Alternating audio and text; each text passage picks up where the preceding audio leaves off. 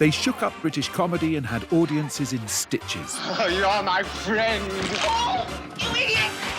Their films have entertained us for nearly 60 years with saucy slapstick and double entendre. My, but you got a big one. The Brits have their own sense of humour. The Carry On films showed that sense of humour. No, it's rude. Oh. This is the story of Britain's greatest comedy gang, revealing life behind the scenes. We all like each other to start with. We wouldn't be sitting We love down each here. other, as a matter of fact, don't we? Extraordinary unseen photographs. Oh, no. Oh, look. Ah, there he is. And tales from those on the Carry On front line. We were like little school children jumping up and down and saying, yeah, we did it. The elation that was there was quite genuine.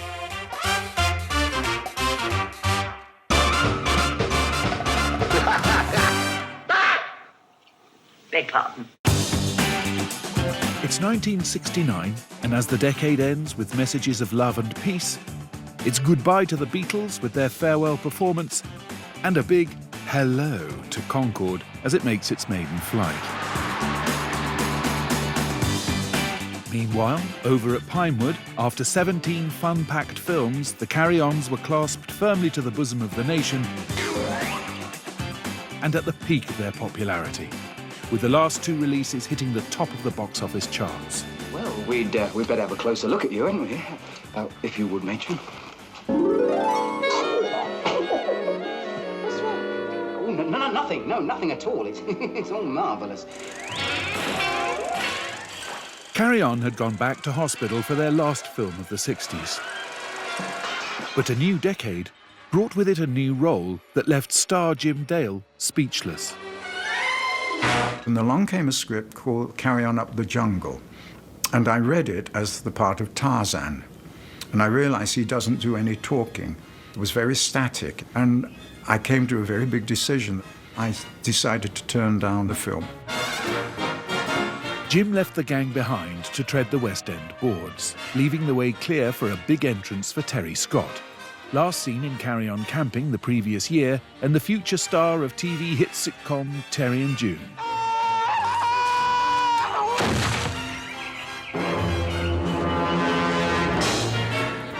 Originally called Carry On Jungle Boy, Carry On Up the Jungle introduced audiences to 21-year-old Jacki Piper in the first of her 4 Carry On appearances.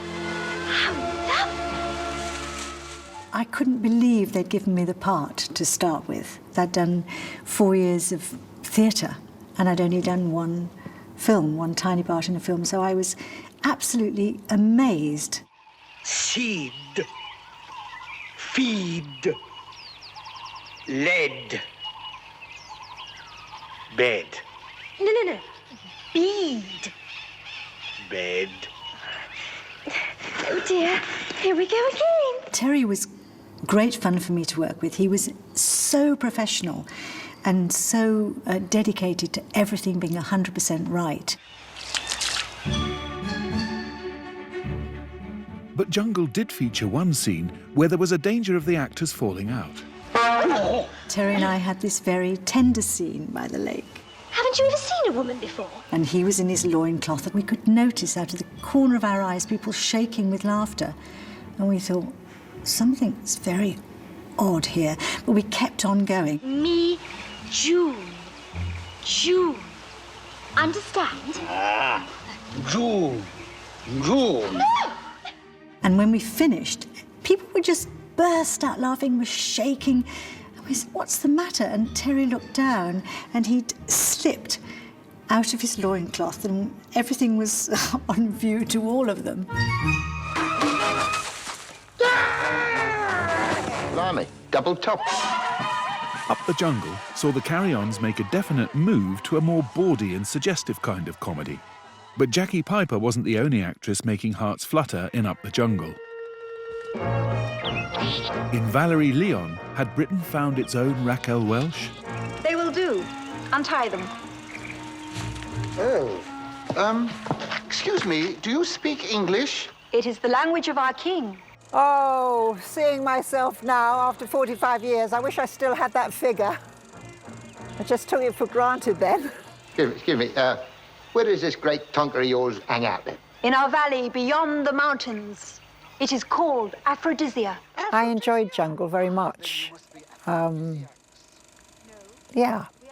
I liked being leader of the Labby-Dabbies. You must save all your strength for the work that lies ahead. Oh, work? What work? In our country, there is only one useful occupation for men. What's that? Why? To mate. Mate? What else?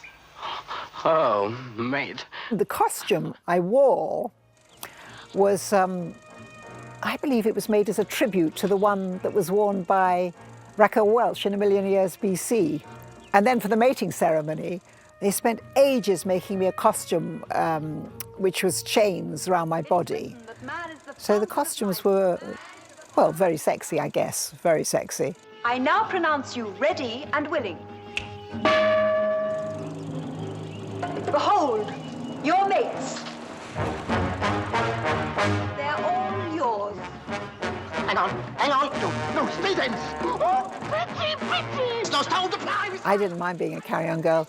I mean, I got incredible amount of publicity and coverage in those days in all the magazines and the papers. And yeah, I guess it was great, really. These clips were filmed by a television crew during the making of Up the Jungle. We all like each other to start with. We wouldn't be sitting We love down each here. other, as a matter of fact, don't we? This rarely seen footage gives us a unique insight into life on set for the cast and crew of the Carry-Ons. Action! Well, up to Daisy, what are those drums saying? They say, boom, diddy, boom, boom, boom. I know that. What does it mean? How should I know, boss? Fat lot of use you are. Come on, let's get moving. Okay, boss. The artists are important. The names, no. Although we use very well-known names and they're wonderful people, we don't really have a star. The star of our picture is the title, Carry On. How long will it carry on, would you guess? Anything in the pipeline after this one? Oh, yes. We have the next two lined up, which will take us to 21. And after that, the audience is willing, we will still carry on. The audiences were indeed willing. In fact, in 1970, they seemed very up for it. Going all the way? The Carry-Ons had already flirted with nudity, but in a rapidly changing Britain, producer Peter Rogers and director Gerald Thomas jumped on board the sexual revolution with a film that was very different to the innocence of their earlier offerings. By the time they made Karen Loving in the spring of 1970, certainly permissiveness was at its height. You know, people could talk about the pill and they could talk about free love. You must be joking. The 60s had sort of changed society so much that, you know, there were no more taboos, really.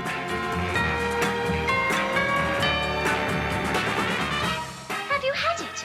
Not yet. But after Carry On Loving had audiences hot under the collar, the Carry-Ons covered up for their next film, with a return to the hysterical historicals marking a moment the cast had all been waiting for. Oh, come on. What's keeping her? You know the Queen, sire, never on time for anything. Well, this is the last time she'll keep me waiting, I promise you. Yes, indeed, sire. Unless she's late for her own funeral. There was a whole sort of fanfare building up about the fact they were making their 21st film. Karen Henry, they wanted it to look good, and they spent some money on it. It's like just over £220,000, which was a record for Karen at that time. You see, all guards removed. I leave you now, but remember, I know nothing of tonight's venture. One moment, my lord. I would also like your word that if anything goes wrong, you will not divulge our real intent. You have my hand on it, and may good fortune attend on you. Carry On Henry would also mark a milestone for two regular members of the gang. The 10th Carry On appearances for firm favourites Kenneth Connor and Peter Butterworth, who struck up a lifelong friendship through the films. Today, Peter's son Tyler and Kenneth's son Jeremy are meeting for the first time to look through previously unseen photographs taken on the set of the Carry-Ons and to remember their dads and a childhood spent in the magical playground of Pinewood. Look at this lot. Good grief. Did you know this existed? I didn't even know it was here. And this is apparently stuff that nobody's ever seen, is it? Yeah. Yeah. Shall we grab a couple? Why not? Oh, look at this. All right. Excellent. Oh, here you go, look. Now then. Ah. That's Dad. God. And our dad's always played the sort of similar sort of characters in a way. Yeah, the buffoon. The buffoon.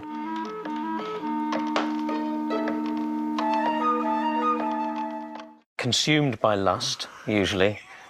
Especially your dad, I remember. Edith Bagley, I'm terribly sorry. I thought... No. Why should I lie? I'm not sorry. I adore you. I've been longing to take you in my arms like this. Mr. Chumley, kindly remove your person from my person.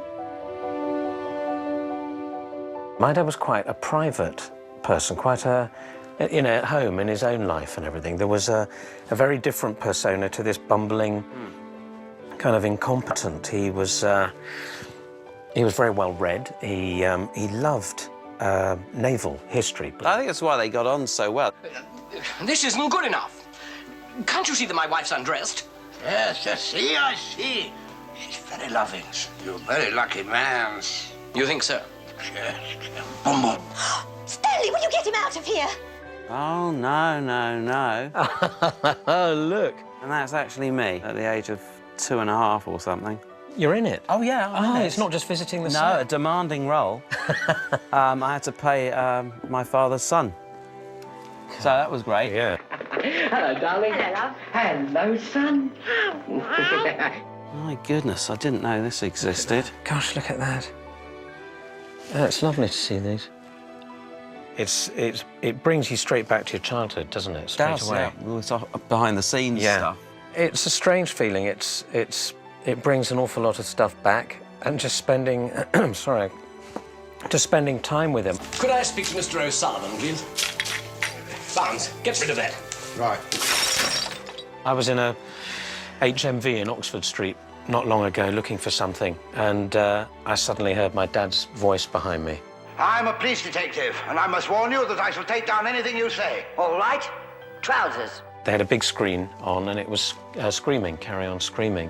But it was just a moment of hearing that voice, and the hairs go up on your neck, and then it's strange that we will forever have them around.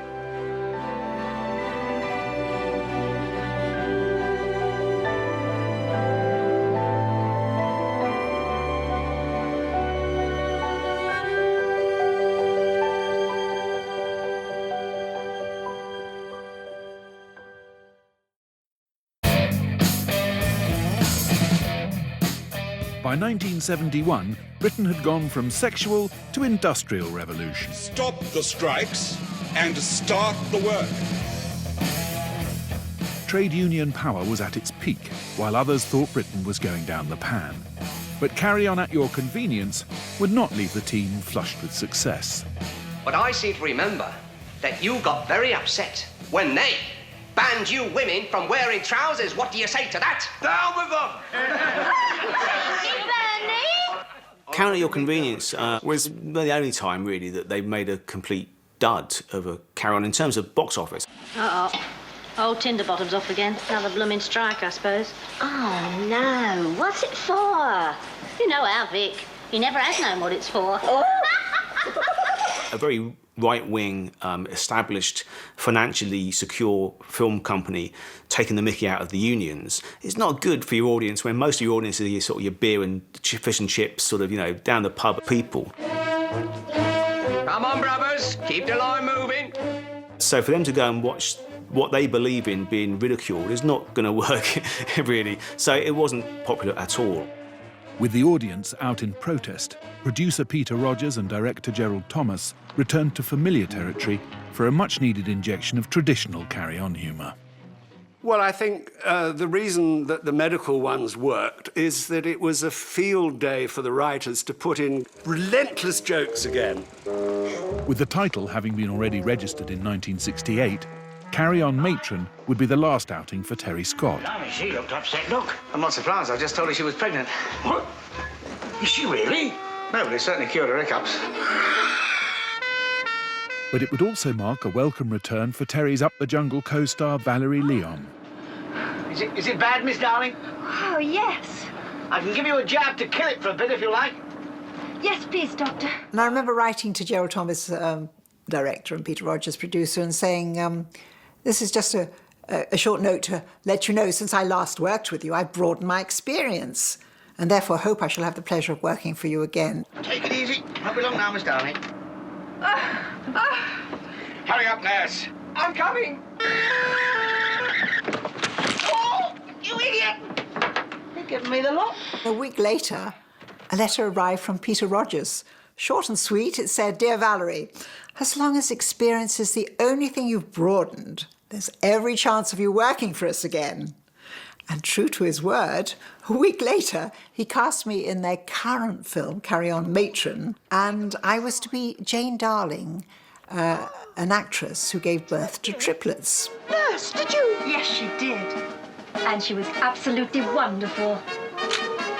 3 little darlings, 3 darlings. Once again, Pinewood Studios came into its own, with these corridors doubling up as the Finisham Maternity Hospital. Doing the rounds for her 4th and final carry-on was Jacki Piper. This is the famous corridor where we filmed Carry On Matron. Excuse me. Yes? Are you expectant or have you had it? No, but if you can spare the time. Wait in there, please. Thank you.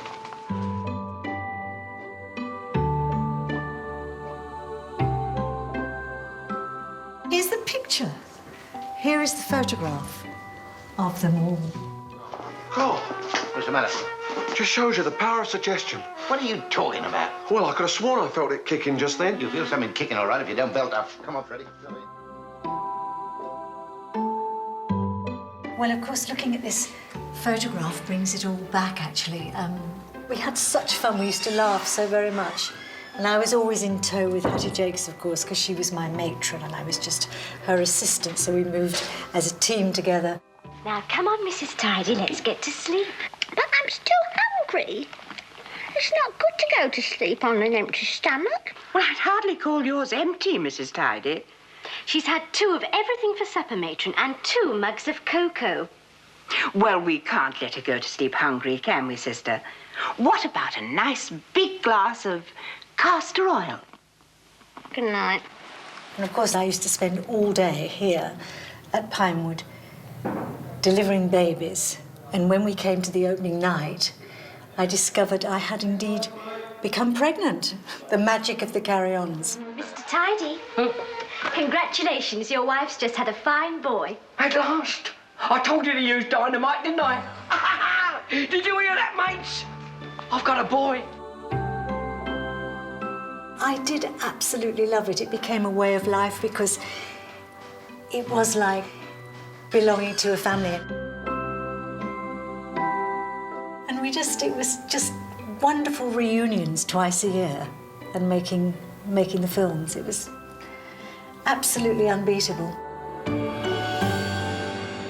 Carry On Matron was delivered a record 6.5 days ahead of schedule. Surely the cast deserved a well-earned treat for their next Carry On outing in 1972. Carry On Abroad, again, a bit like Carry On Cruising 10 years earlier, was tapping into a new idea of holiday making, really. So package holidays was all the rage. You know, the half-finished hotels and the lousy food and all that sort of stuff. Ladies and gentlemen, welcoming to Palace Hotels. Oh, we are in the right place then. Yes, this #1 first-class hotel on islands. When I was asked to do Carry On Abroad, I thought, oh, what fun. I wonder where we'll go. Which beach, will we be? But of course, we went to the car park at Pinewood. The glamour of filming is not always what it might seem. Despite the gritty realities of the Costa del Pinewood, Abroad would go down as a carry-on classic and the last film to feature the now familiar gang. What's it to be, then? I'll tell you what, champagne cup. And put a drop of this in it, will you? Oh, what a wonderful idea. Oh, no. Lock all the doors. Time, gentlemen, please. it would be Charles Hawtrey's last Carry On and his last ever film role. For years, Hawtrey had battled alcoholism, and by the 70s, his dependence on the bottle had become a problem during production. His roles in the Carry-Ons were now being written to accommodate his need for a drink on set. In 1972, Carry On Abroad was going to be made, and again he was portrayed by this point as a mother-obsessed alcoholic, which he was. Now, don't forget, Eustace dear, none of that oily food. And take your syrup figs regularly every night. Yes, Mummy. But do stop worrying. I shall be quite all right. Goodbye, dear. Goodbye, dear. And take care. Yes, dear. At the earliest opportunity, he heads to the bar and has not just one drink, or 2 drinks, or 3 drinks, but 4 drinks, and so on and so on. It was real life being played out on the screen.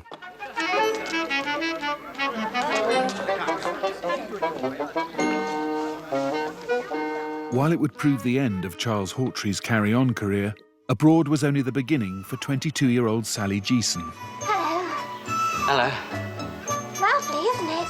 I was in a bikini an awful lot of the time in Carry On Abroad, and there was one scene when the heavens had to open and it had to pour with rain. Enjoy the sunshine. That's something you can't muck up. Ah, well, Wonder Tours especially chose Elsbells for the perfect holiday weekend because of its wonderful sunshine record.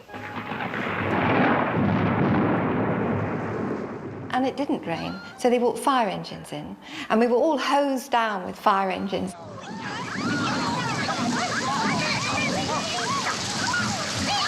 Don't you shower? Clear it up later. It's probably raining in London. Each new Carry On casting was big news in the press. So for Sally Geeson's debut, a scrapbook of cuttings was kept by the production team to mark the occasion. Oh, look at this. Carry On Abroad. Today, it's held in the archives of the British Film Institute in London. Oh, how lovely. Sally hits pay dirt with Sid.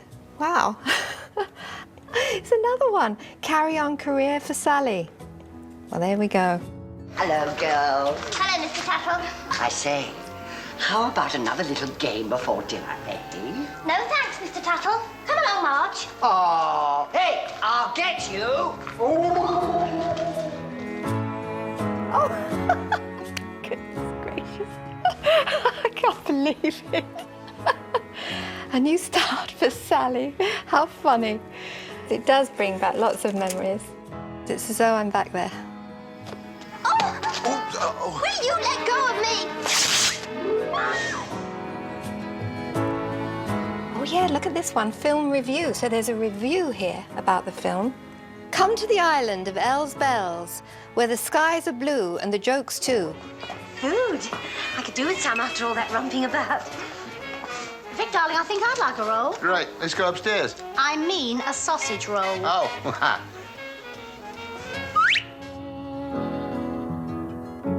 Do you know, to see this today is such a wonderful surprise for me, to see the whole thing contained in this wonderful book, all the press articles and photographs of Carry On Abroad. How wonderful that it's all been captured here.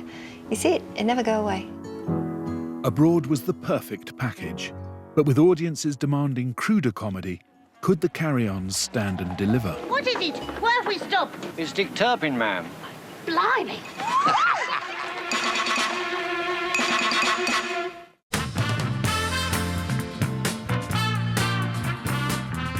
The early 70s saw feminism hit the headlines. Controversy surrounded the Miss World contest in London, with angry protesters disrupting the ceremony. Producer Peter Rogers must have been watching. In 1973, the Carry-Ons would deliver their own take on women's lib. Well, with a bit of glamour thrown in to make it easier on the eye. I'll take most any time. Most any time. Well, Carry On Girls, they had the opportunity to do quite a naughty Carry On movie, really.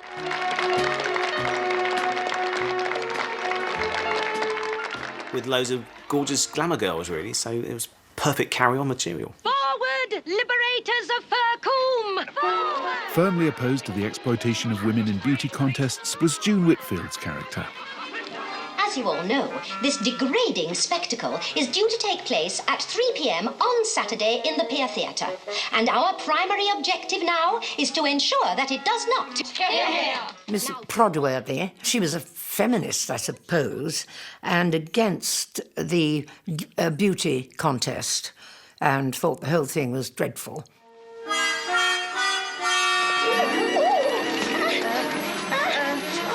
That was all about bra burning and things.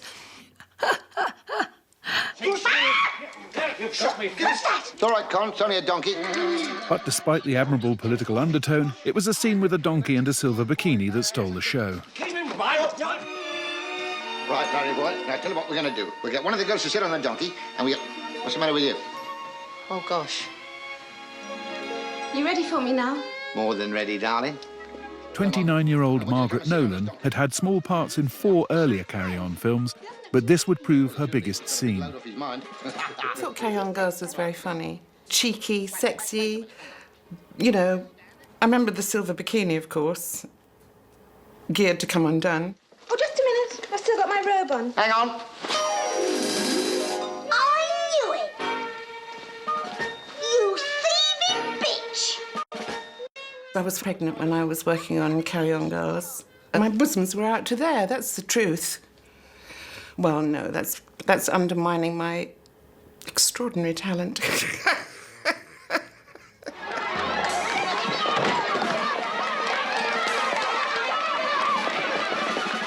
We thought it might be risky, me rough and tumbling on the floor, but I don't think I did, actually. I just did it, you know.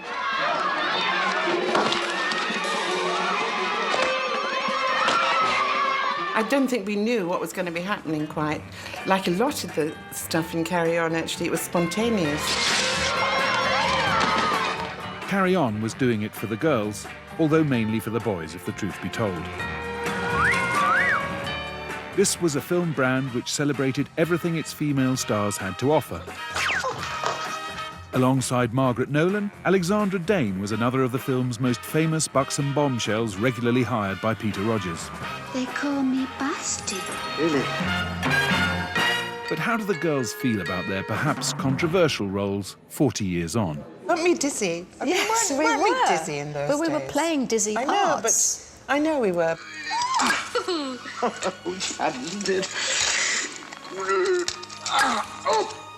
We could have been intellectual, couldn't we? We could have worn glasses. Well, exactly. Covered up the boobs. I'm saying, as soon as you've got a nice figure and you're showing it, you're definitely cast. dizzy. Yeah, definitely dizzy, yeah. People are prepared to pay handsomely for my favours. Oh, blimey. Here, I've only got a 2-shilling piece. Oh, I haven't got any change. I used to have this thing of, why don't I just put my bosoms on roller skates and send them to the studio? Yes. I mean, you know, there's a brain here. Hello. For a year, I said to my agent, I don't want to take anything glamorous or bosoms, and I was nearly out of work for a year. Something of enormous interest. I bought a house out of this bosom, and I bought a car out of this bosom. Fantastic. And, yeah, they just worked very well for me.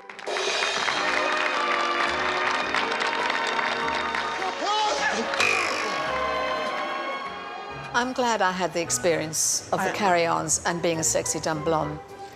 I'm glad, yeah. It's great. We'll shake on that.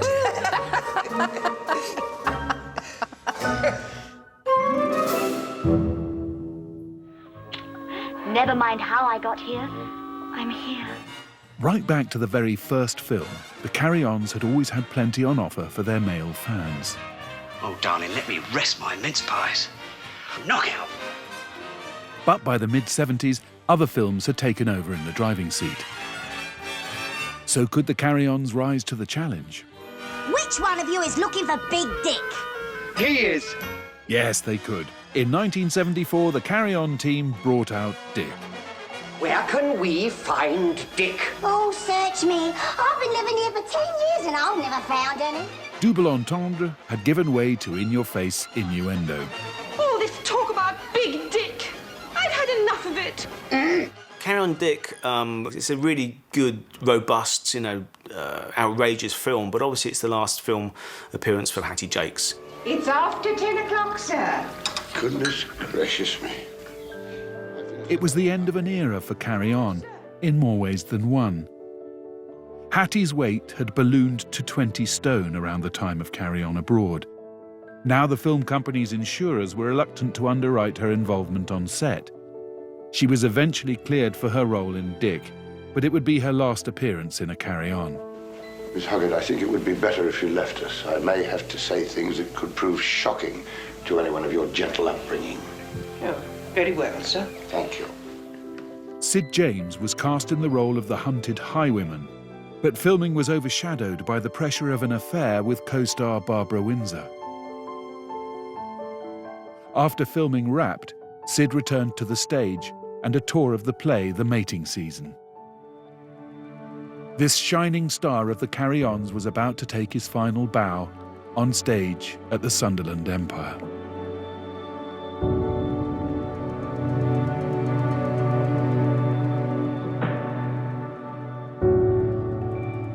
It was 1976, the 26th of April, and it was the first night of the mating season. After Sid went on to the set, I went down to my office. I was only in there a couple of minutes, and a bang, bang, bang on my office door. Come quick, there's something wrong. And I saw Sid slumped on a sofa here. The audience, they just thought it was part of the show. Completely and utterly thought it was part of the show. I knew there was nothing I could do and dropped the house tabs down in. I wonder what they wanted.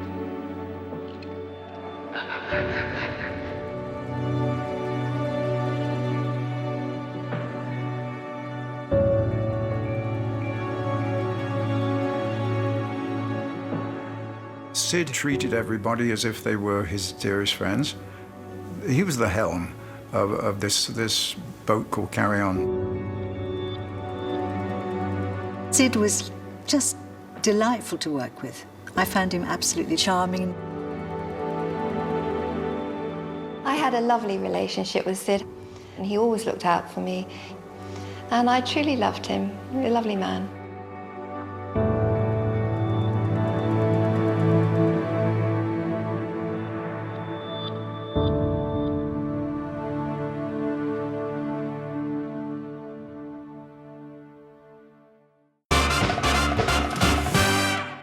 (1976) saw the death of Carry On favourite Sid James. But producer Peter Rogers rallied his troops 1313 Battery! Get on parade! and did all he could to grab the public's attention. Oh, Tiger. I think you're wonderful. When are you going to savage me? Windsor Davies was on familiar territory with his role as Sergeant Tiger Bloomer, remarkably similar to his character in It Ain't Half Hot Mum, the popular TV series that had begun 2 years earlier. Meanwhile, it would be the first Carry On appearance for TV actor Patrick Mower. Not worried about him. More worried about this. What are you supposed to do with it? Eat or rub it in? You can bounce it off the ceiling for all I care. It's like Carry On Sergeant, but with more sex.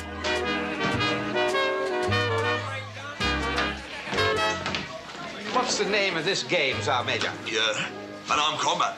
And it works as a film really well. It's a funny film. But I just think it's just stretching things a bit too far, maybe. Come on, girls, fall in. The British Film Board agreed. The censors thought some of the scenes in Carry On England over the top, Oh, yes, you did. and made it the first Carry On film to be awarded an AA certificate. Definitely not suitable for under 14s.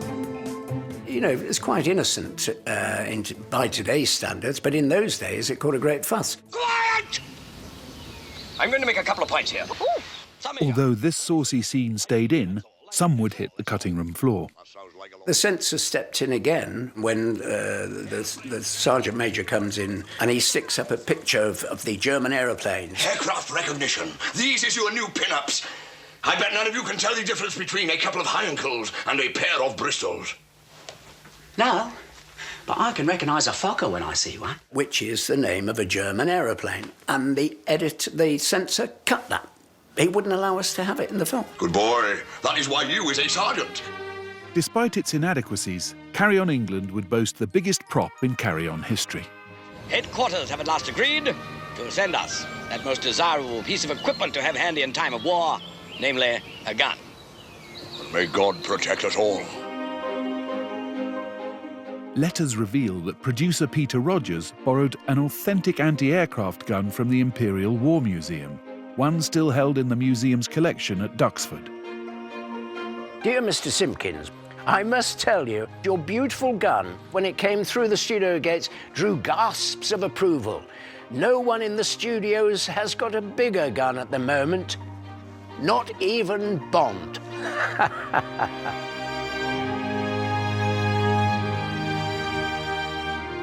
Ah, there he is. Here she comes. Hurry! Attention!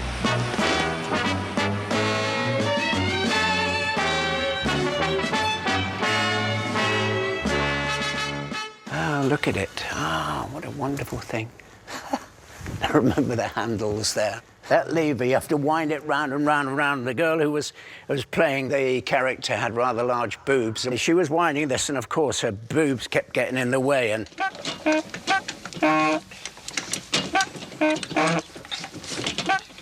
I always remember Peter Rogers coming on the floor saying that this is a genuine piece of history. Fire!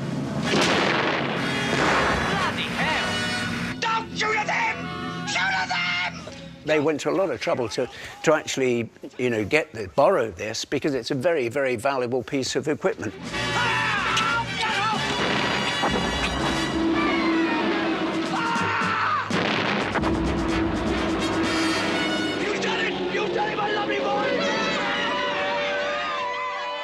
We were actually firing a real gun, and we were like little school children jumping up and down and saying, yeah, we did it. And everybody said that we actually felt it was a bit like a party. The elation that was there was quite genuine. You can tell him now as well.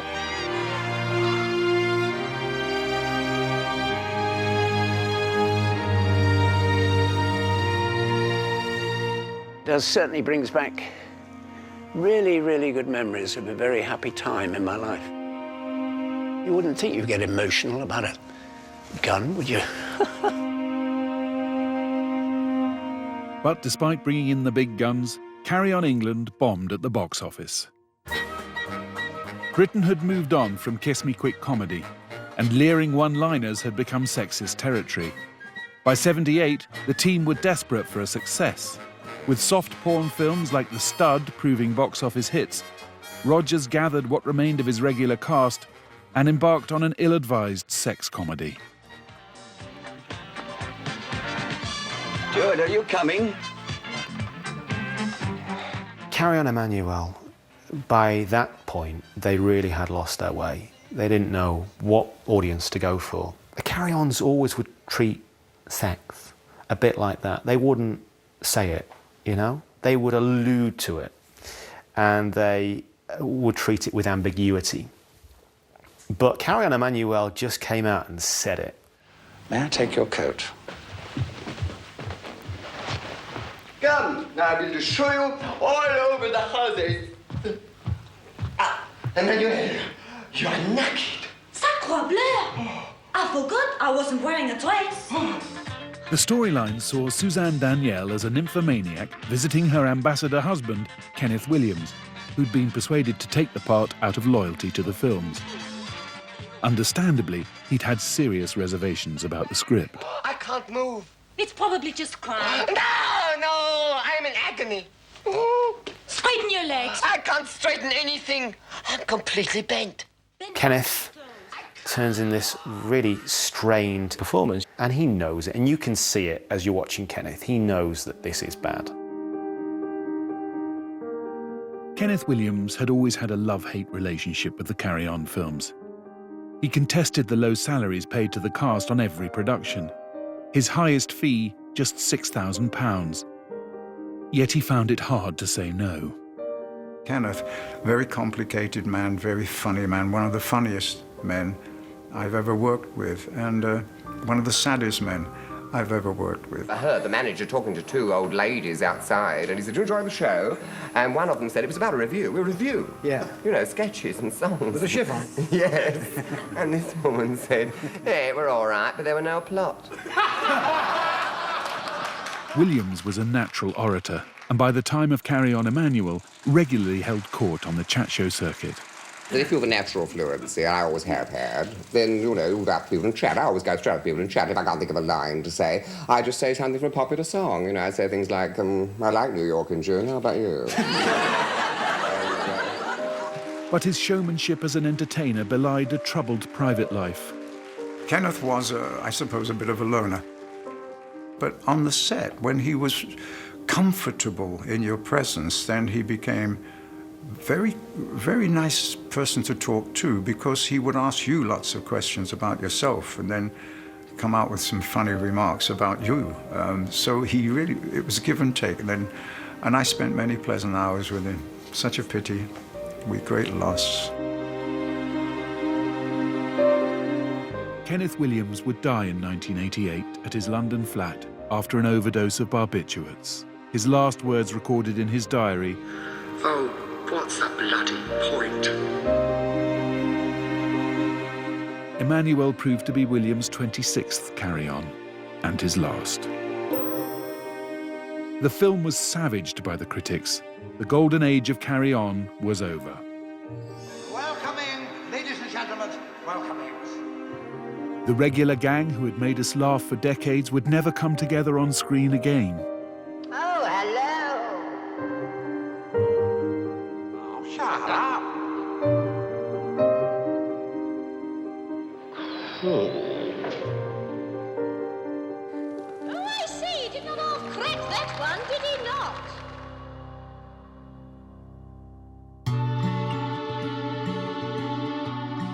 14 years after Emmanuel, Carry On would return for its 31st and final film. Though many of the familiar faces were missing, some old favourites would be back. Christopher Columbus, at your service. I'm told you're an Italian. And some new ones. And I shall ask my brother what we have in stock. It would be an ambitious resurrection of Britain's best-loved comedy franchise, for one last adventure on the seven seas. Looking back on Carry On Columbus, it may not have been the big success that some of the major Carry On films were, but it was amazing that 40 years later, the same producer, the same director, were going to try to create the same thing. Right you are, Columbus. How wise. What makes you think he's up to it? I have seen his testimonials. It didn't quite capture what the old original Carry On team were able to do instinctively, you know. But it's a nice memory to look back on. 31 films. You've never had it so good! Over 5 decades of laughter. The Carry On's achievement in British film history remains unparalleled and unsurpassed. Now you must stop me. Oh, I couldn't. I might bust your spring. There has never been a more loved lineup in big screen comedy. Just hold it right there. I hope that's your gun, Marshal. The best thing about being in the Carry On films was the endless memories that you have of those wonderful days. I knew it was a mistake coming on holiday with you. Anything in trousers. I think back now and I think, gosh, I'm glad I was part of that. Oh, flap me sideways. Oh. 50 years on, it's still very entertaining. That's a huge legacy, isn't it? Huge. They are all, I think, fondly remembered. Oh, I can hardly believe it. They're great fun, and as they say, they don't make them like that anymore. They really don't. Ding dong. This is incredible. They are still shown, they are still funny, and long may they last. Don't miss no bell.